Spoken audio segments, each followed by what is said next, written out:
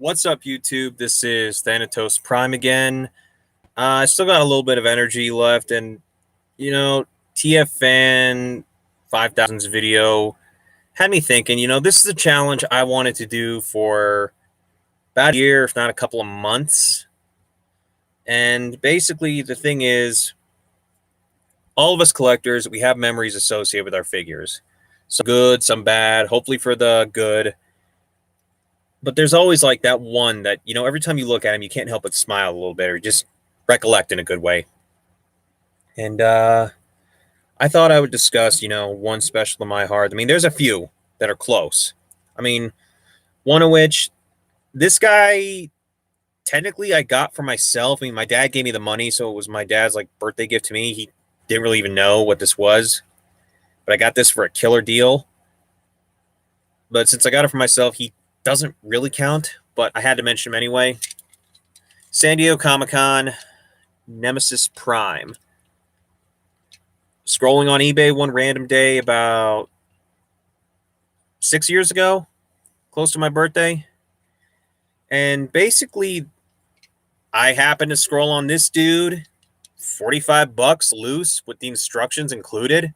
Like, all the joints are super tight. Like, this guy has so far held together better than my Classics Optimus. That thing, I mean, he's still good, but it's creaky, and sometimes I'm scared to transform it. Never with this guy. Even though I pack away a lot of the older figures in my collection, this one I made sure I never pack away. Very, very nice. Very, very nice. So yeah, he's an honorable mention. Close, but since I got it for myself, he doesn't really count. There's also other ones like this guy made my top 10, or it was the top 20 I made on my Instagram. I don't even know if I saved it, but this guy was my number one, and that's Earthrise Optimus Prime. I painted the nose a little bit on mine, and I gave it a repro label right there because the paint was it was all right, but it wasn't exactly to my liking. This guy's close. I love this figure. Last year, like during the pandemic when everybody was at home, I was messing with this figure the most. I mean, the only thing that came close to dethroning him was probably this dude, the Netflix Soundwave. Got this. I didn't pay scalper price. I only paid like $10 over retail. Somebody that found in their area. Love this dude. This guy's my favorite. Soundwave's always been my favorite Decepticon. I've always been fascinated by him, especially the Aligned continuity where he was a gladiator and he almost beat Megatron. I love that aspect of this character. And, the few IDW comics I did read, this guy's always awesome in there. And the only real gripes I had is, the lack of red, which I rectified. I just took some red paint and I painted the guns, and not super clean, but I did get the stripes on the arms and I did get the ones on the cannon. But yeah, love this guy. Sentimental value. Soundwave's my favorite Decepticon. I had to put him in there. But he's still not the one I'm talking about. Studio Series 86 Grimlock. Wow. Like, when people say mini masterpiece, I mean, I agree with that on Soundwave too. But Grimlock's my favorite Autobot. I love Grimlock. And, once we get some of the non-F parts, I only have the sword right now because the arm fillers from non-F, they didn't really work for me. I didn't really like the chest too much. I mean, I don't mind this darker one. I mean, it kind of fits Grimlock. I mean, kind of being a bit of a rogue. And one thing I might do, I might paint the eyes red or maybe the dino eyes. I might just hold off till the repro labels, but I'm rambling on. Love this guy, even without some of the parts. I did get some foot fillers from eBay. I'm going to wait till DNA Design comes out with their stuff because DNA stuff is amazing and I love it. Minus the sword and the wheelie, but I hate wheelie. But yeah, this guy, close, just like Soundwave. Favorite Decepticon, favorite Autobot. But he's still not the one, ladies and gentlemen. This one right here. This is actually the one. I didn't mean to tease you guys. So back when I was like, I think 11 years old, right as Cybertron ended. And, right before we got the hype up for the 2007 movie. Classics was a thing. I remember going to the Target in my area. It's not even there anymore. It's a Walmart now.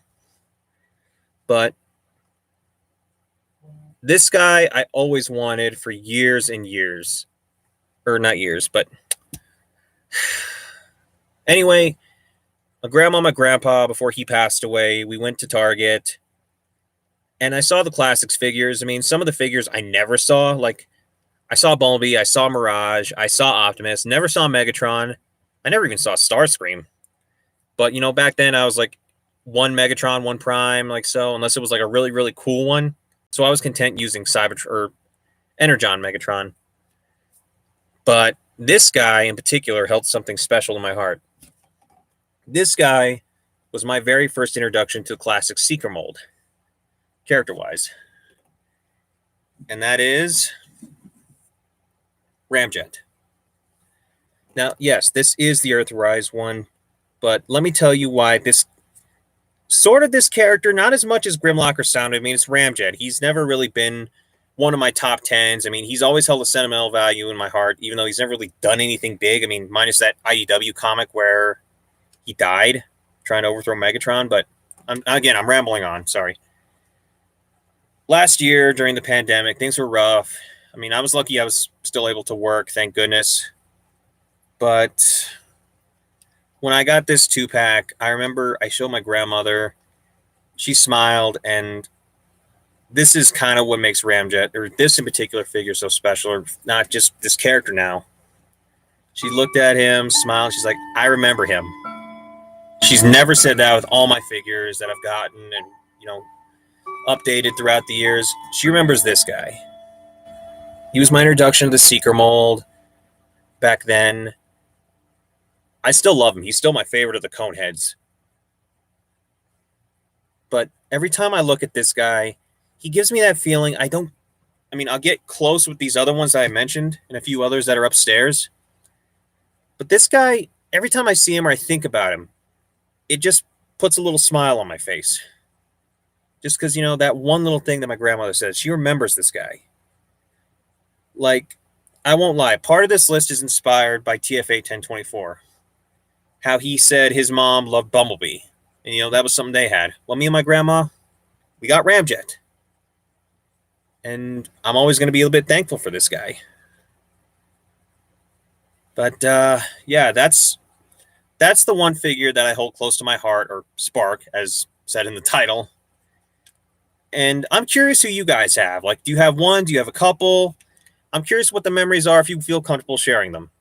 The people I'm going to challenge in this are going to be going for the rule of 3 here. So Sound Blaster Prime, go ahead and shoot off the characters I know that you have special in your heart. TFan 5000, I know you've got at least a dozen, so try to narrow it down for us, buddy, if you can. You don't have to. And the guy who inspired me to make this list, TFA 1024.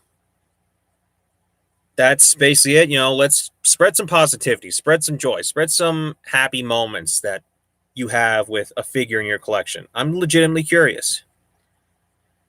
Anyway, I'm Thanatos Prime. I'm going to head out right now. And till all are one, everybody.